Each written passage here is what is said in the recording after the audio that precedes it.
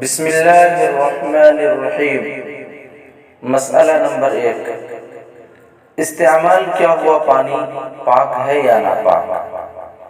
وضو یا غسل میں جو پانی استعمال ہوتا ہے، اگر اس میں ظاہری نجاست یعنی گندگی شامل نہ ہو تو وہ پانی اگرچہ خود پاک ہے لیکن اس سے دوبارہ طہارت یعنی پاکی حاصل کرنا یعنی وضو اور غسل کرنا درست نہیں۔ البتہ ناپاک کپڑا وغیرہ اس سے پاک کیا جا سکتا ہے۔ مسئلہ نمبر 2، استعمال کیا ہوا پانی اگر کپڑوں میں لگ جائے تو کیا حکم ہے؟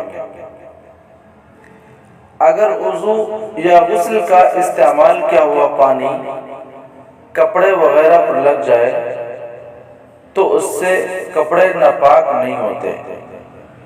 حوالہ کتاب المسائل جلد 1 صفحہ 100۔